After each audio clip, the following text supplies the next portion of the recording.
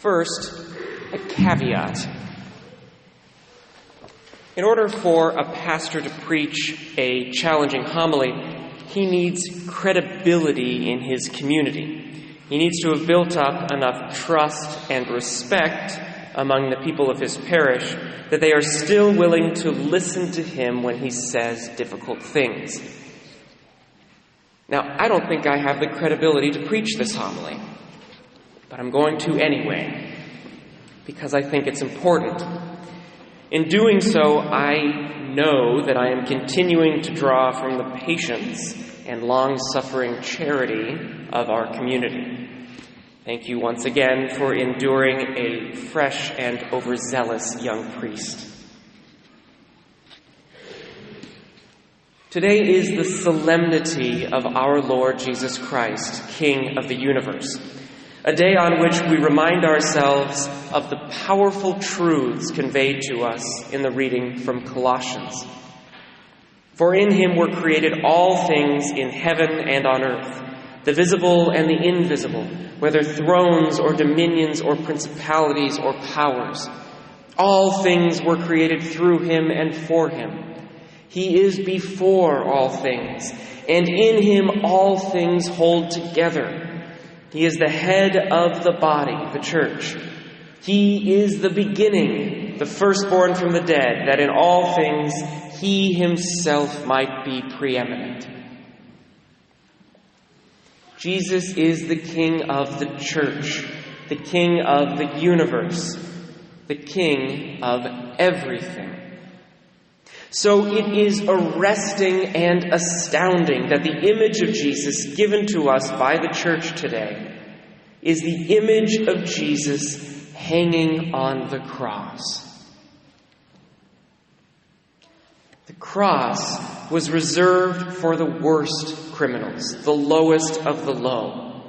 Not only were these criminals condemned to death, they were condemned to a slow and painful death in the public square where they could be seen and mocked by all who passed by.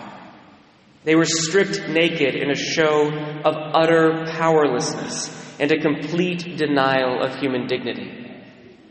The sign on Jesus' cross refers to him as a king only in the profoundest of ironies. And yet, Christian theologians have long referred to the cross as the throne from which Jesus reigns as king. The power of Jesus is precisely in his self-sacrifice.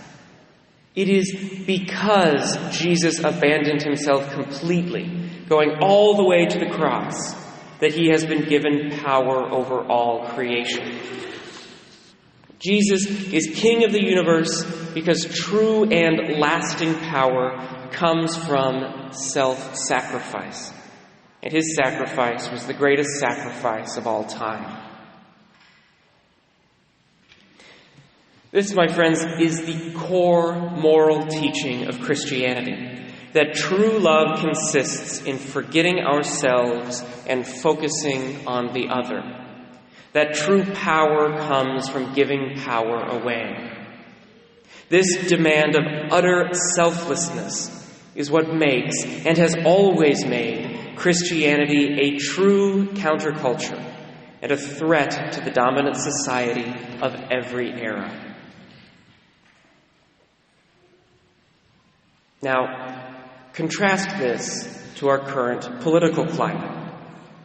With the exception of municipal politicians, who are still generally principled examples of faithful public servants, our national politics and politicians have become obsessed with power. Every news clip, every policy statement has become about shaping public perception, setting up for the next election, and getting that elusive 51% majority so that the other 49% of society can be steamrolled and ignored. There is no desire for consensus or compromise or the common good, because everything is power and the desire for more power. As the ancient Greek philosophers predicted, when democracy loses its civic-mindedness, which is to say, when democracy loses its care for and focus on the neighbor, it devolves into mob rule. And contemporary American democracy is not far from this point. But whether we realize it or not, our politics are almost always a symptom, not a cause. They are merely a reflection of the underlying society. And what has broken down in American society is that we have lost our focus on Jesus Christ. When we lose the cross, when we lose that powerful image of a king who chose to die in humiliation for the sake of his people, why wouldn't we focus on political self-image and keeping power at all costs? When we forget the Jesus who shed his blood for Jews and Gentiles alike, why wouldn't we fight unconditionally for our own tribe at the expense of everyone else? When we no longer believe that the first shall be last and the last shall be first, what is there to stop us from believing that our own accumulation of power is the best thing possible for ourselves and for the world? Friedrich Nietzsche was absolutely correct in his historical analysis of morality. Most of the world and most of history is defined by a master morality, where the strong and the rich are the good and the celebrated, while the weak are pitied and despised. Only in Judaism and Christianity is a slave morality dominant, where the meek, the powerless, the humble, and the outcast are celebrated, protected, and valorized, while the strong are told to exercise control. Nietzsche, of course, believed that the slave morality was a perversion and should be done away with, and that the strong should be allowed to be strong, and the willful allowed to be willful. I am sorry that our society took that recommendation as an encouragement rather than a warning. I am sorry that the so-called perversion of Christian morality has already been so thoroughly eradicated.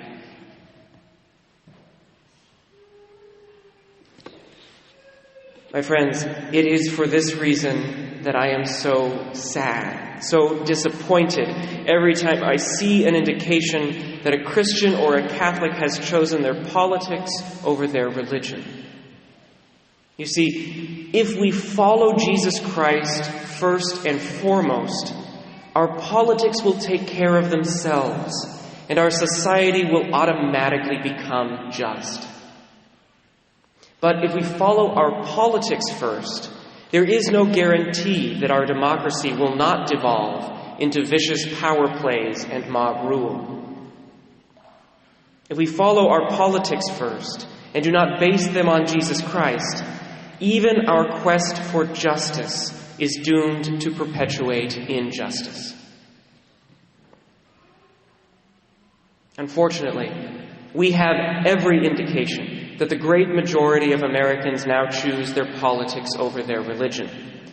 In national poll after national poll, knowing that someone is Catholic tells us almost nothing about their political positions. But knowing that someone is a Democrat or a Republican lets us guess almost everything that they believe. This politics-first mentality is less prevalent among Catholics who attend Mass weekly, which is to say, you. But I am still going to take us through a political examination of conscience, just to see where we personally fall in all of this. Imagine a ledger with two columns. One column is titled the United States Conference of Catholic Bishops. The other column has the name of our preferred political party. Under each column, I want each of us to list all of the ways in which we disagree with the political positions of either organization. All of the ways we disagree with the U.S. bishops, and all of the ways we disagree with our preferred political party. We'll start with the Republicans. The U.S. bishops oppose the death penalty in the United States. They believe that climate change is real and needs focused attention.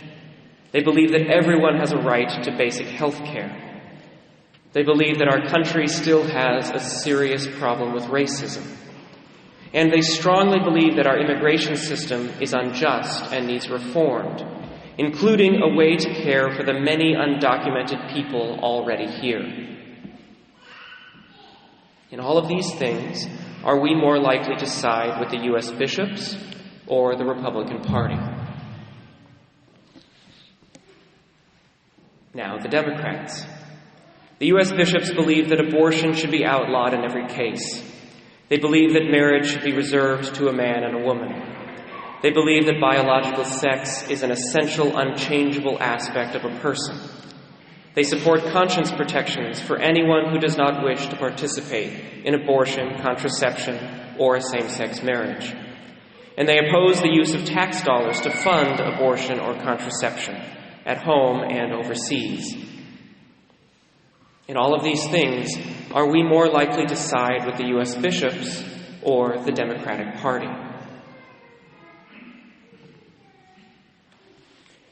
Now, I don't want you to misunderstand me. Politics is important. Participating in society and structuring it justly is a moral obligation of the Christian faith, and that obligation cannot be carried out without engagement in politics. Politics is also complicated.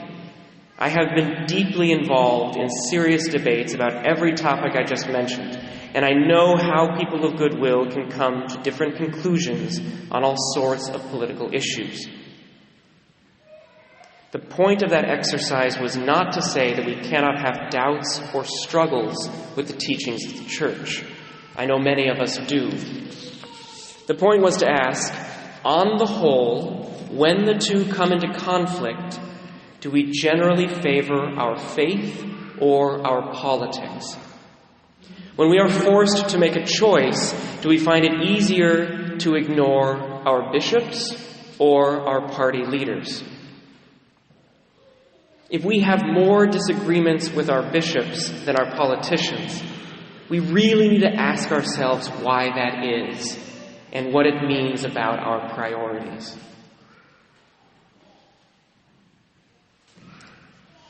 As flawed as they may be in many ways, I hope we never get comfortable ignoring our bishops. When all of the bishops of the country or the state speak with a unified voice, I hope we pay attention, even and especially when it challenges our political beliefs. I hope we will give them the benefit of the doubt and investigate their reasonings and their positions, because these positions are always at least an attempt to carry out the selfless love of Jesus Christ in society. After all, we are Catholic first and everything else second, because we follow Jesus first and everything else second. When we are looking for a king, when we are looking for someone to follow in all things temporal and spiritual, I hope that we will always look first to Jesus, because he is the only king who sacrificed himself for us on a cross.